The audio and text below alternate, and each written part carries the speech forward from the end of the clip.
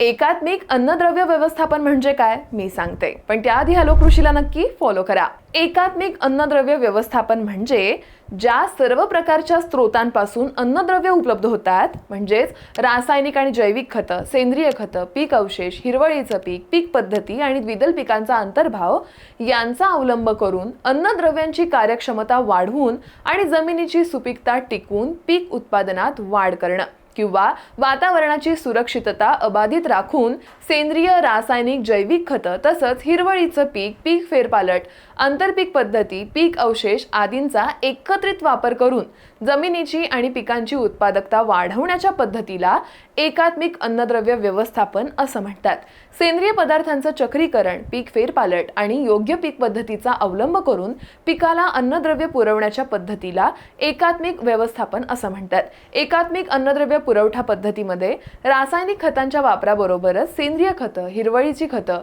जीवाणू खतं, नत्रयुक्त अझोलासारखी हरित खतं, वनस्पतींची पानं, शेतावरील धसकटं, मुळं, पालापाचोळा, काडी कचरा, इतर टाकाऊ पदार्थांच्या चक्रीकरणातून पीक अन्नद्रव्य पुरवठ्याचा समतोल साधला जातो। एकात्मिक अन्नद्रव्य व्यवस्थापनाचे फायदे काय आहेत हे मी तुम्हाला पुढच्या व्हिडिओमध्ये सांगणार आहे, त्यामुळे लगेचच हॅलो कृषीला फॉलो करा आणि हा व्हिडिओ कसा वाटला कमेंट करून नक्की सांगा।